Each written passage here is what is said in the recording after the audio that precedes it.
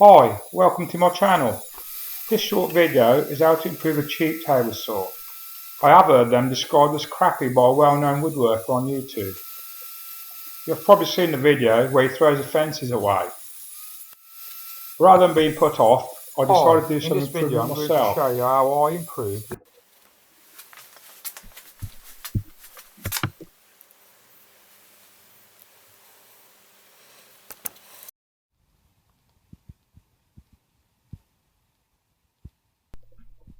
I used Google SketchUp to work out the base.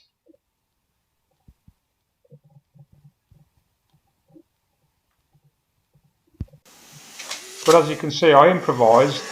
Rather than build a box, I used a mop bucket for dust collection.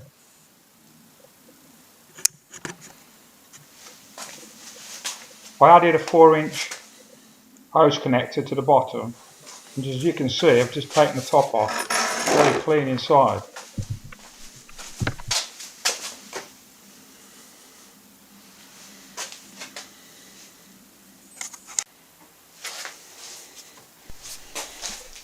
I built this sliding table on the left hand side, but I left the original on the right hand side to extend the table.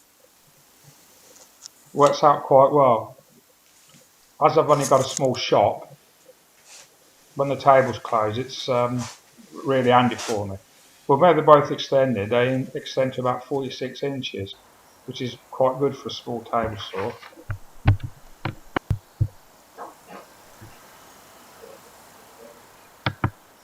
My best improvement is to the fence. I built a channel for it and built it round the 2-inch angle aluminium, and it works really well. Really accurate front to back, no deviation, and also doubles up as a rest steady for the guard, which sits on top of the blade. The guard steady has got 5 positions, and you can slide it backward and forward to centre the guard over the blade. Really works well. And also I've got top extraction on the guard.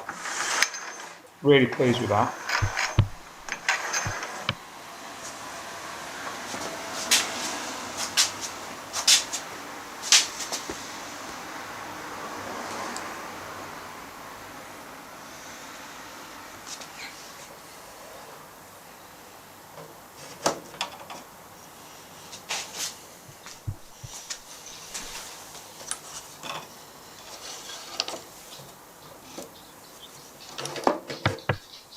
Originally, the guard was fixed to the riving knife, which wouldn't allow me to saw right the way through.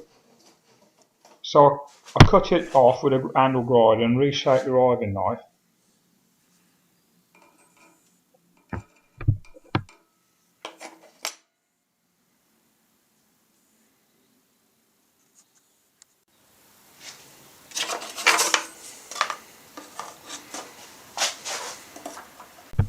The blade insert was too big and was allowing small pieces of wood to fall through and jam on the blade. So I've replaced that with a 0 tolerance one. I need to do a 45-degree angle one.